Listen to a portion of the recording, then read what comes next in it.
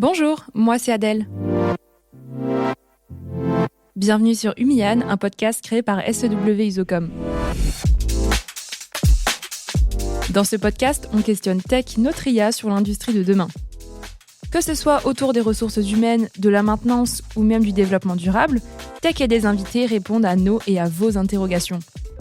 Alors, rendez-vous tous les 15 jours autour de ma table pour échanger autour des grandes questions qui animent le monde industriel.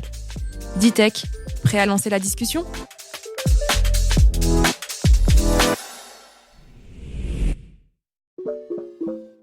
Regardez autour de vous. Vous êtes déjà passé devant une usine flambant neuve ou un entrepôt ultra moderne en vous disant « c'est bon, on a atteint le sommet de l'efficacité industrielle ». Après tout, ces bâtiments sont immenses, optimisés, connectés. Qu'est-ce qu'on pourrait faire de mieux ? Et pourtant, ces infrastructures doivent constamment évoluer pour s'adapter aux défis environnementaux, technologiques et sociétaux de demain. Usines, entrepôts, centres logistiques, ces infrastructures façonnent nos territoires et supportent des activités essentielles. Mais dans un monde en pleine mutation, où les exigences en matière d'énergie, de flexibilité et de durabilité évoluent sans cesse, une question se pose. Comment concevoir ces bâtiments pour qu'ils répondent aux défis de demain ? Sobriété énergétique, intégration des énergies renouvelables, digitalisation, matériaux durables, flexibilité des espaces, les innovations ne manquent pas, mais encore faut-il les mettre en œuvre de manière efficace et durable. Pour en parler aujourd'hui, j'ai le plaisir d'accueillir deux experts du domaine. Loïs Latour, chef de projet spécialisé en bâtiments industriels chez SEW Isocom. Bonjour Loïs. Bonjour Adèle. Et Claude Wolfugel, architecte et fondateur du studio Wolfugel, qui a d'ailleurs façonné par exemple l'usine de SEW Isocom Brumat et bien d'autres industriels. Bonjour Claude. Bonjour Adèle. Mais avant d'entrer dans le vif du sujet avec nos experts, faisons un premier état des lieux. Ditech, quels sont les grands défis et tendances qui vont redéfinir les bâtiments industriels ? Les bâtiments industriels de demain devront être éco-conçus avec des matériaux durables, à énergie positive et intégrant des solutions de récupération des ressources, eau, chaleur, électricité. La digitalisation via le BIM, les jumeaux numériques et l'IA optimisera leur gestion et leur performance énergétique. La mobilité durable, l'intégration d'espaces flexibles et ergonomiques ainsi que la résilience aux crises renforceront leur adaptabilité. Enfin, ces bâtiments devront améliorer le bien-être des travailleurs tout en réduisant leur impact environnemental grâce à des infrastructures intelligentes et des solutions bas carbone.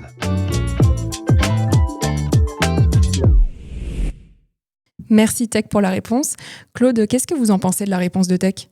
Alors on peut constater déjà que l'ensemble des points résumés globalement dans cette réponse reprennent des axes bien connus, mais dont la faisabilité reste souvent à établir, bien que ces axes soient bien connus. Quand on parle de matériaux durables, d'énergie positive, de récupération des ressources, de construction avec des matériaux biosourcés, toutes ces solutions vers le bas carbone, il y a encore beaucoup de choses à faire pour savoir comment y arriver, autrement que par les solutions classiques de se satisfaire, de faire un peu de photovoltaïque, un peu de ci, un peu de ça pour dire on a fait. Donc ce que j'ai surtout remarqué, c'est que la réponse se termine par « enfin ». On s'occupe du travailleur ou de la personne. C'est vraiment le moindre des soucis, quoi. C'est probablement une tendance qui va peut-être arriver, mais à l'instant T, je pense qu'on s'occupe plutôt en premier de l'ergonomie et du confort des personnes pour arriver à une production qualitative dans une ambiance réussie. Et Loïs, qu'est-ce que tu penses de la réponse de Tech ? Adèle, pour répondre à cette question, donc c'est vrai que ce podcast a pour but premier aussi d'un petit peu tester l'IA, je dirais, sur des questions qui nous regardent aujourd'hui. Sur sa réponse, forcément, la question qui lui a été posée reste une question assez générale. Donc forcément, sa réponse contient des très grands concepts très très vastes sans donner plus de détails quelque part. Donc il se contente de lister quelque part des choses comme ça. Mais c'est normal, on lui a pas demandé de préciser certaines choses. C'est normal. Donc évidemment, je trouve que son listing est plutôt complet de ce point de vue-là. Même si peut-être, comme l'a dit Claude, tous ces aspects-là sont connus aujourd'hui, mais n'ont pas encore trouvé d'application à grande échelle, je dirais, tant les inconnues sont importantes en fait. Voilà. Je me permets parce que quand moi j'ai vu la réponse de Tech, moi il y a quelque chose qui m'a interpellée, c'est qu'en fait on parle d'énergie, on parle de durabilité, mais à aucun moment on a parlé de tout ce qui est économie. Et pourtant, toutes ces choses-là, elles ont un coût. Donc Loïs, quelle est la place au final de l'économie dans tout ça ? C'est vrai, dans le listing là, qui nous donne, par exemple, sur la digitalisation, c'est l'exemple qui m'est venu en premier, puisque c'est quand même quelque chose, donc les jumeaux numériques, les maquettes 3D, c'est quelque chose qui est maintenant assez bien installé, je dirais, dans le paysage de l'industrie du bâtiment. Malgré tout, à mon expérience, je connais peu d'autres maîtres d'ouvrage, peut-être que Claude le confirmera aussi, qui poussent les possibilités de la digitalisation du BIM vraiment dans ces derniers retranchements. Pour les auditeurs qui ne connaissent pas le BIM, est-ce que vous pouvez préciser ce que c'est ? En fait, ça commence par les 3D que beaucoup de gens qualifient de prestations BIM, c'est-à-dire l'ensemble des ouvrages à mettre en œuvre sont dessinés en 3D pour être mieux perceptibles. Mais ça, ce n'est qu'une petite première étape. Le BIM se prolonge par l'identification possible dans le volume 3D de tous les matériaux, de tous les fluides qui circulent dans les tuyaux. En fait, donc, il y a un renseignement très complet à mettre sur la maquette 3D. Et ça, c'est une prestation qui permet donc au maître d'ouvrage, par la suite, de faire évoluer son bâtiment, de reconnaître immédiatement les équipements, les matériaux et leur sens, au sens de ce qu'ils apportent ou de à quoi ils servent. Et en même temps, ça permet au maître d'ouvrage d'avoir derrière un suivi maintenance qui est beaucoup plus efficace. Merci. Et donc Loïs, pour l'aspect économique, je te laisse finir. Donc oui, je prenais l'exemple de la digitalisation et du BIM. On sait qu'aujourd'hui, ça on le connaît puisqu'on l'a déjà fait chiffrer, c'est une mise en œuvre qui coûte assez cher au départ. Évidemment, concevoir en 3D, céder de la 3D pour monter un bâtiment nous aide énormément sur la conception et sur les études.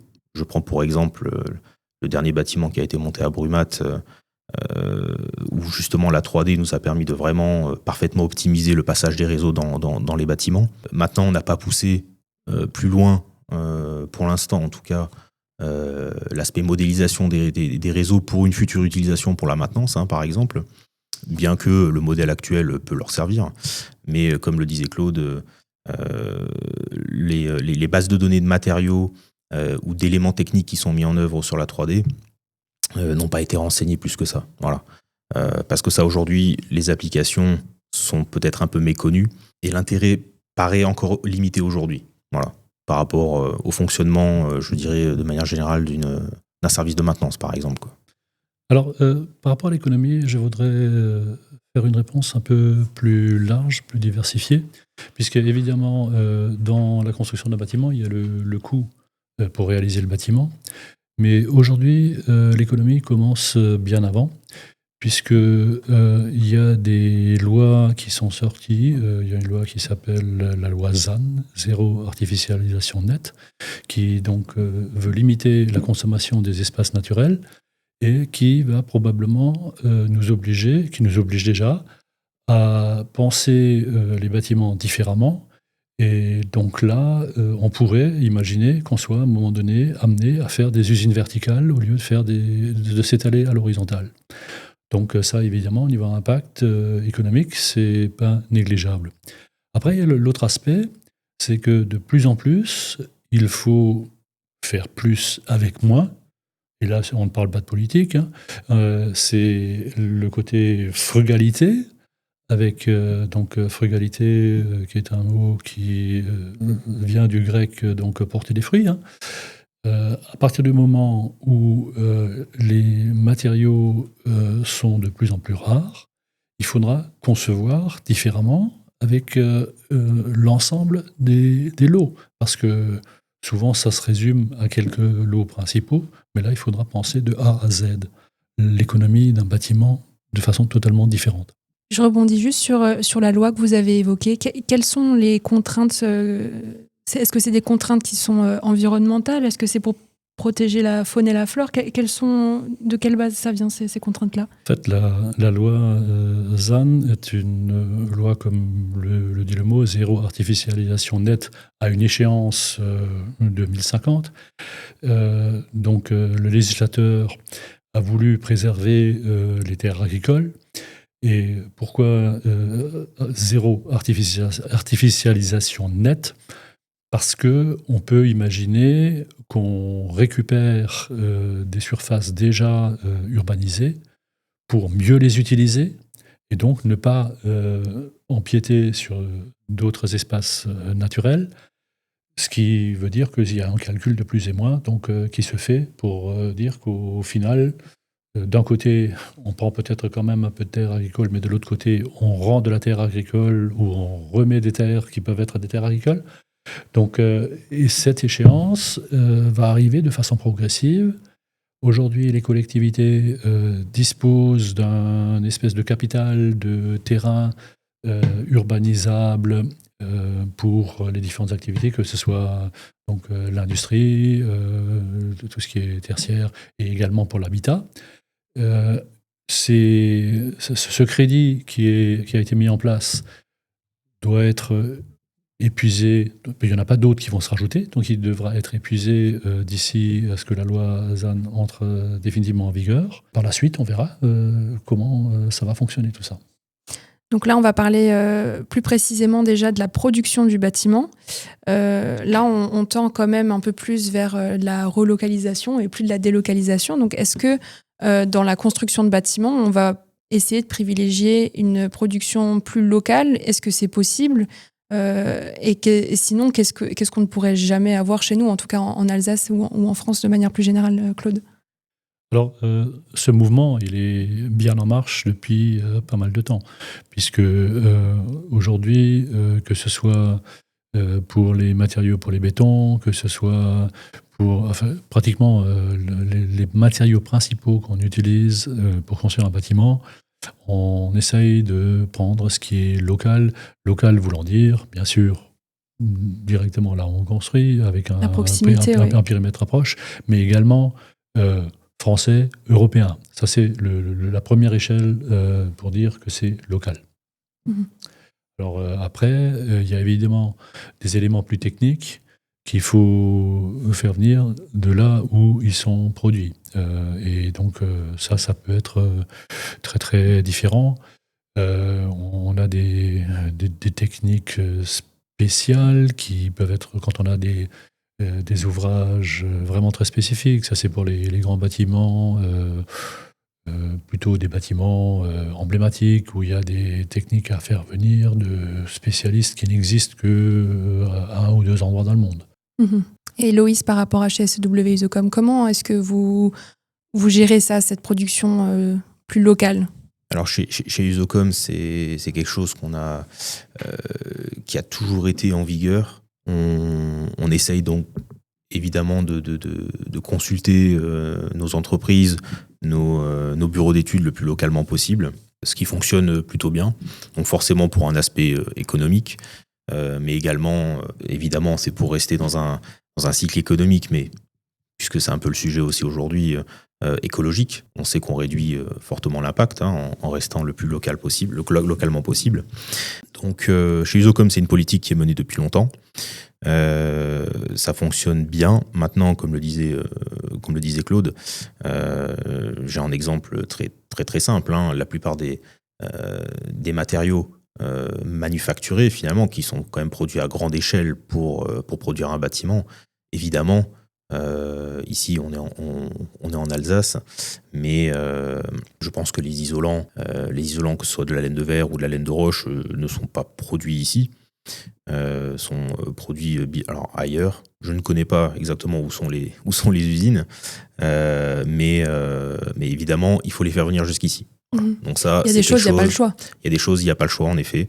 Donc oui, les produits manufacturés à grande échelle, tels que les isolants, ne sont pas produits en Alsace, sont produits ailleurs. Donc ces produits-là, on n'a pas le choix que de les faire venir Alors, pas par nous directement, mais par l'intermédiaire de nos fournisseurs, évidemment, ou de grossistes, hein, de les faire venir localement pour mettre en œuvre les bâtiments. Maintenant, peut-être que des réflexions sont à mener. Alors, quand on fait du neuf, c'est peut-être un petit peu compliqué, mais dans le cas de rénovation, il y a des choses qui sont peut-être à mener pour également retenir des matériaux plus locaux et ne pas les bouger, ou du moins les faire venir du moins d'une distance la plus courte possible. Je pense, c'est quelque chose qui est fait depuis longtemps, mais par exemple pour un sol, on doit obtenir une certaine portance, donc une certaine résistance de sol pour que le bâtiment puisse être posé dessus. Si les caractéristiques du sol qu'on a à l'instant T sont suffisantes, ou en tout cas si on n'a pas besoin de beaucoup lui apporter quelque chose, on peut le garder en place, l'améliorer sur place, sans avoir besoin d'enlever une partie, de ramener une partie neuve, ce genre de choses.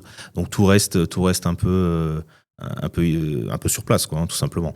Donc c'est quelque chose qui se fait déjà depuis très longtemps, mais qui illustre bien, je dirais, cet aspect très local, quoi. Avec l'évolution actuelle de ce qui se passe dans le monde, le local deviendra peut-être la règle. Puis, si tout est taxé, chacun produira de son côté.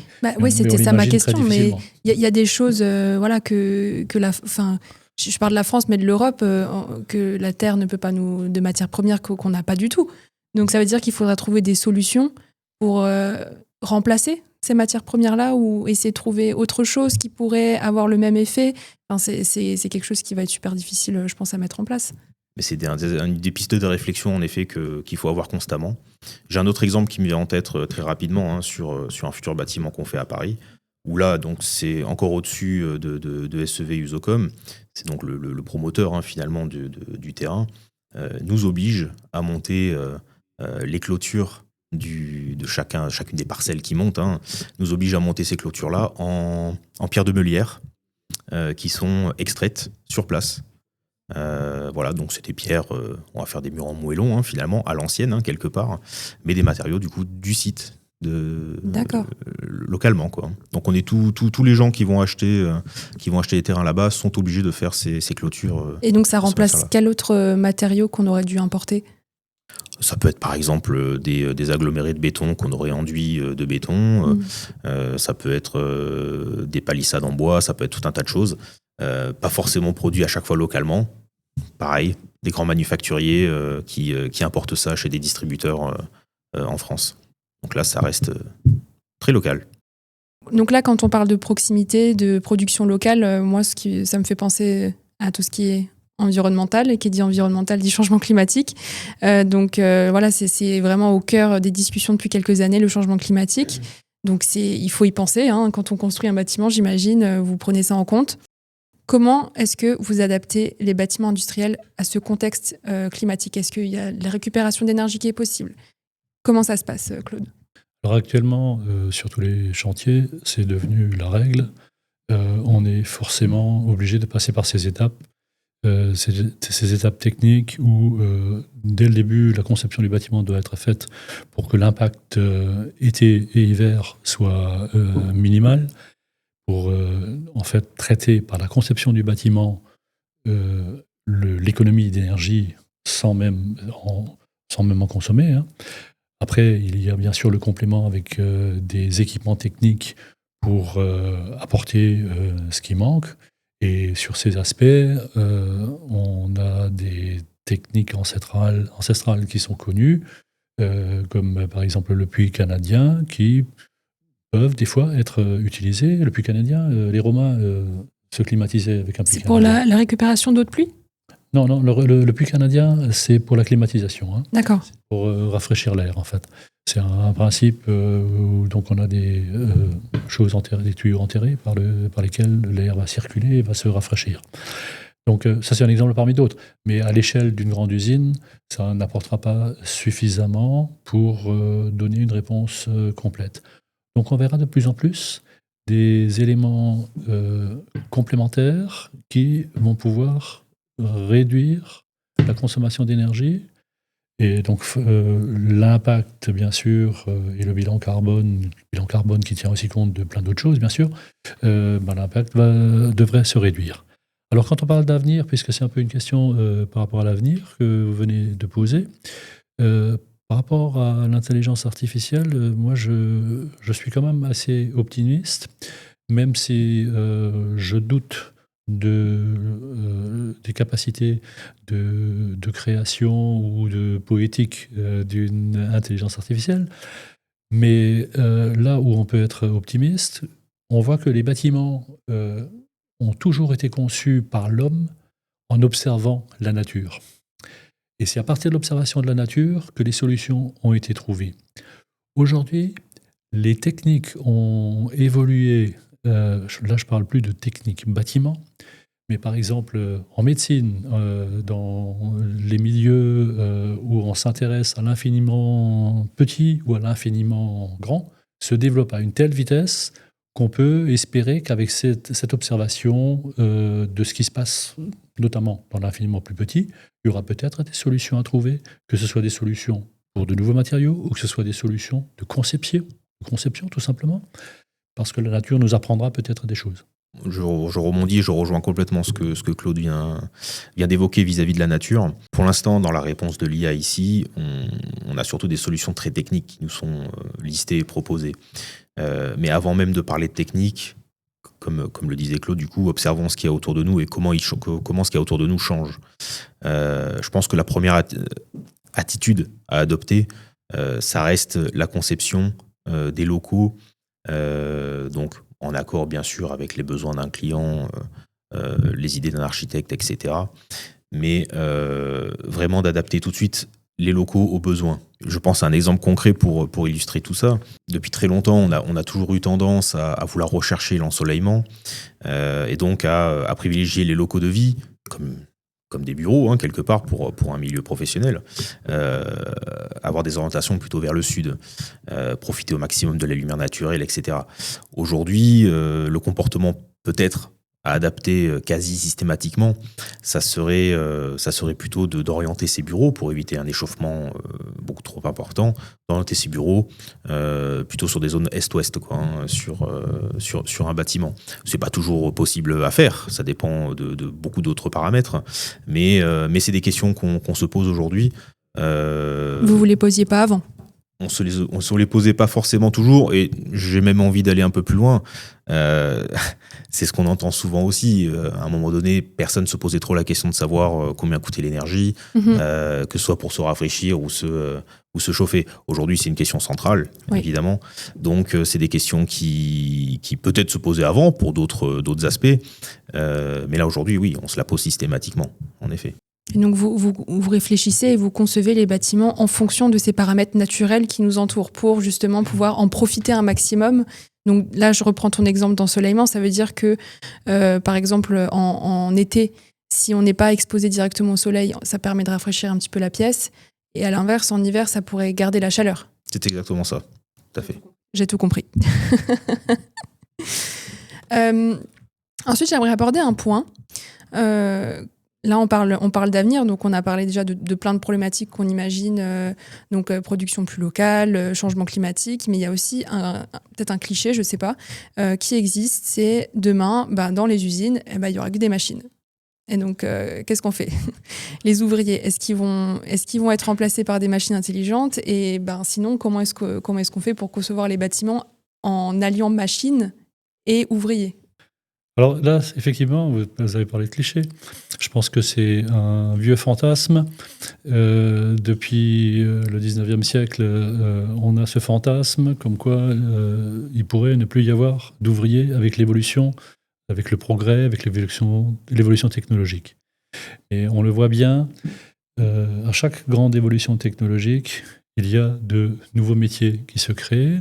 Et donc, et là, on ne parle pas simplement de sortir d'un métier pour aller vers un autre, mais au sein d'une même façon de produire, donc au sein d'une même industrie, il peut y avoir des évolutions. Et comme on l'a dit tout à l'heure, effectivement, la personne, l'ouvrier, et la personne de façon même beaucoup plus générale, est à placer au milieu, au niveau des orientations. Alors là, chez Usiocom, vous avez quand même déjà ce concept de performance qui est une compression entre performance et ambiance, qui est déjà bien expérimenté et qui peut bien sûr encore progresser. Je pense que la vision globale de l'ergonomie, de la performance, de l'ambiance, même si les technologies évoluent, même si les machines évoluent, l'humain sera toujours au centre de ce qui va être au bout quelque chose qu'il faut vendre. On vient d'évoquer alors les salariés et les ouvriers des bâtiments, des entreprises qui travaillent dans l'infrastructure. Mais là, j'aimerais qu'on se concentre aussi un petit peu sur les ouvriers du BTP qui construisent ces bâtiments.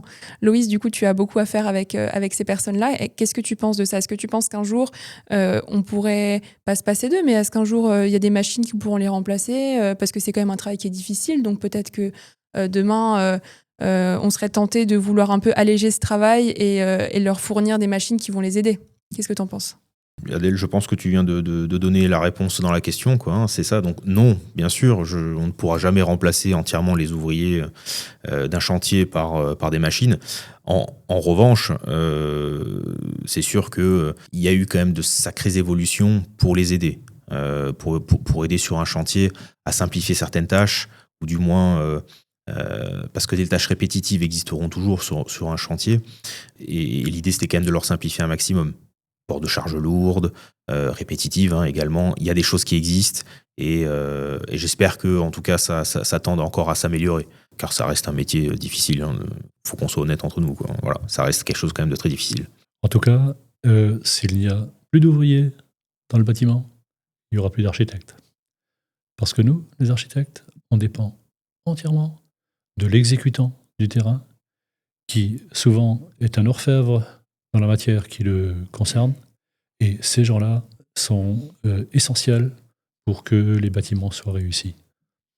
Donc on ne peut pas imaginer que l'ouvrier n'existe plus dans le bâtiment, sachant que faut également noter qu'aujourd'hui, des ouvriers compétents et qui savent bien faire leur métier ont des rémunérations qui peuvent être nettement supérieures à des gens qui ont fait de très longues études et qui ont peut-être des métiers qui sont souvent affichés comme des métiers références.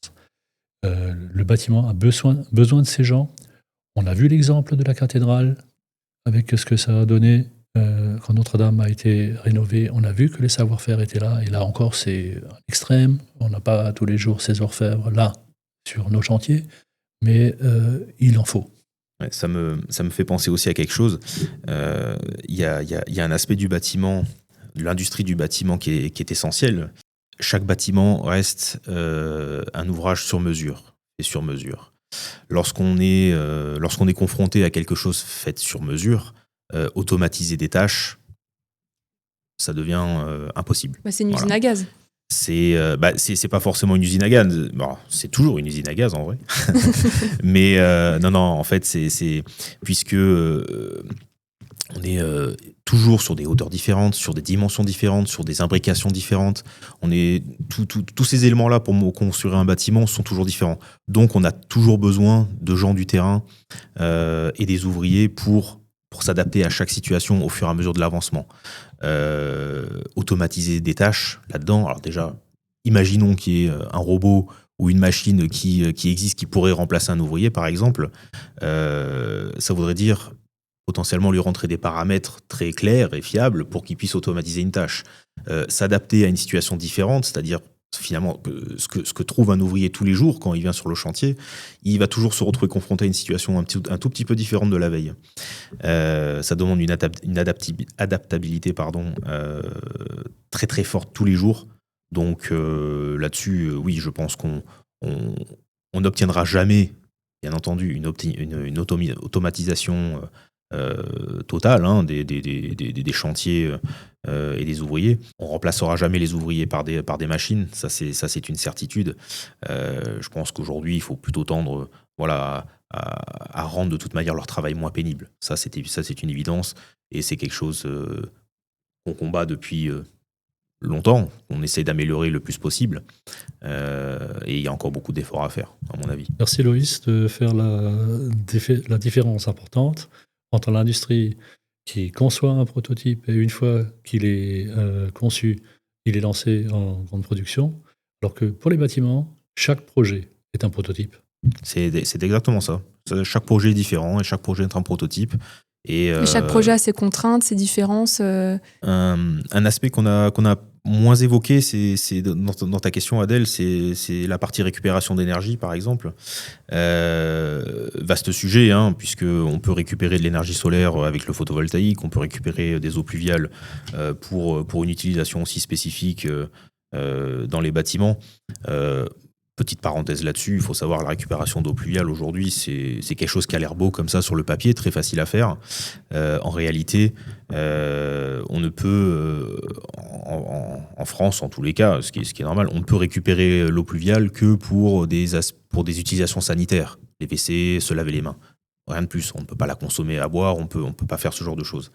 On peut pas également la réutiliser dans des process, hein, par exemple, sans en faire des analyses avant ou des traitements avant. Voilà, donc c'est des installations qui ont un coût énorme à mettre. J'ai pas envie de dire pour pas grand-chose, mais ça a l'air pas grand-chose, mais voilà. C'est ça.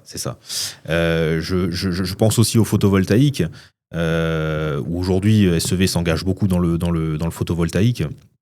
Une des premières installations qu'on fait en tout cas une première installation d'envergure, je dirais, à l'usine de Brumat, où on est confronté à des aspects réglementaires très forts, que ce soit donc qui impactent aujourd'hui, ou du moins les gens qui participent à ce projet, que ce soit nous en tant que maîtres d'ouvrage, les bureaux d'études qui nous font les études de fiabilité, de rentabilité sur ces projets-là, les entreprises spécialisées sur l'installation des panneaux photovoltaïques, mais également tous les services étatiques, tous ces éléments-là, tous ces acteurs-là de ce genre d'opération, on remarque que des aspects réglementaires sont méconnus.